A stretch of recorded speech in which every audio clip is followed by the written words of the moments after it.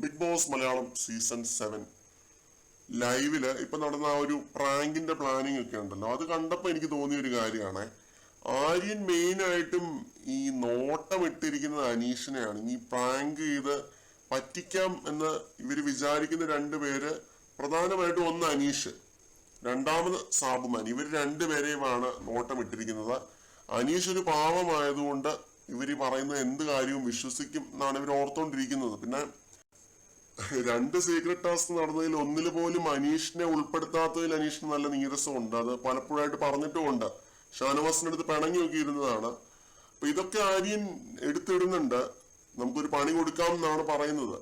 ഇതൊക്കെ എന്ത് മൈൻഡ് സെറ്റിൽ നിന്നും ഉൾത്തിരിഞ്ഞു വരുന്ന സംഭവങ്ങളാണെന്നൊന്നും എനിക്ക് സത്യമായിട്ടും അറിയില്ല. ആര്യന്റെ ഒരു ഗെയിമോ ക്യാരക്ടറോ ഒന്നും ഇതുവരെ എനിക്ക് മനസ്സിലാക്കാനായിട്ട് പറ്റിയിട്ടില്ല. 80 ദിവസം കണ്ടതിൽ നിന്നും ആര്യന്റെ ഒരു ബാക്ക്ഗ്രൗണ്ട് അല്ലെങ്കിൽ എന്താണ് ആര്യൻ എന്നുള്ളത് ഇതുവരെയായിട്ടും പിടികിട്ടിയിട്ടില്ല എന്നുള്ളതാണ് സത്യം. ഈ വെകിളിത്തരമല്ലാതെ എന്താണ് ആര്യൻ എന്നുള്ളത് ഇതുവരെയായിട്ട് മനസ്സിലായിട്ടില്ല. ഇത്തിരി പേഴ്സണൽ ക്രെഡിറ്റ്സ് ഒക്കെ വെക്കുന്നതായിട്ട് ഫീൽ ചെയ്തിട്ടുണ്ട്. അത് സത്യമായിട്ടുള്ള കാര്യമാണ്. ഇതൊക്കെ കേട്ടിട്ട് എനിക്ക് തോന്നിയ ഒരു കാര്യം എന്താണെന്ന് വെച്ച് കഴിഞ്ഞാൽ, ഇത് ഉള്ളതാണെന്ന് ചിലപ്പോൾ അനീഷ് വിശ്വസിച്ചേക്കാം. കാരണം ഇവര് ആ രീതിയിൽ അത്രയും കൺവിൻസിങ് ആയിട്ട് പോയിച്ചെന്ന് പറഞ്ഞു കഴിഞ്ഞാൽ ഉറപ്പായിട്ടും വിശ്വസിച്ചേക്കാം.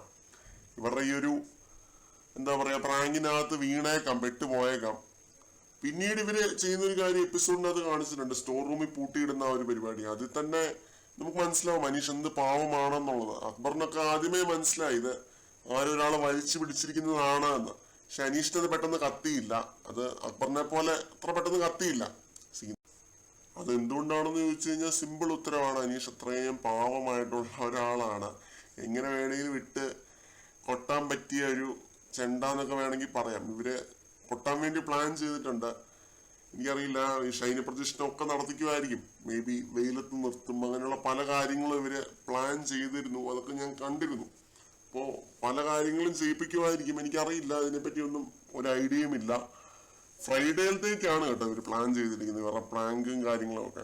അത് എവിക്ഷൻ കഴിഞ്ഞിട്ടെന്നൊക്കെയാണ് പറഞ്ഞിരിക്കുന്നത്. നോക്കാം എന്താണ് സംഭവം എന്നുള്ളത്.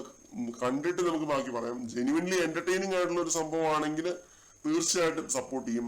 അല്ലാത്ത പക്ഷം ഈ ആര്യൻ ഇത്തിരി ഒരു പേഴ്സണൽ ഗ്രഡ്ജ് ഉള്ളിലോട്ട് എടുക്കുന്ന ഒരു വ്യക്തിയായിട്ട് എനിക്ക് പലപ്പോഴും ഫീൽ ചെയ്തിട്ടുണ്ട്.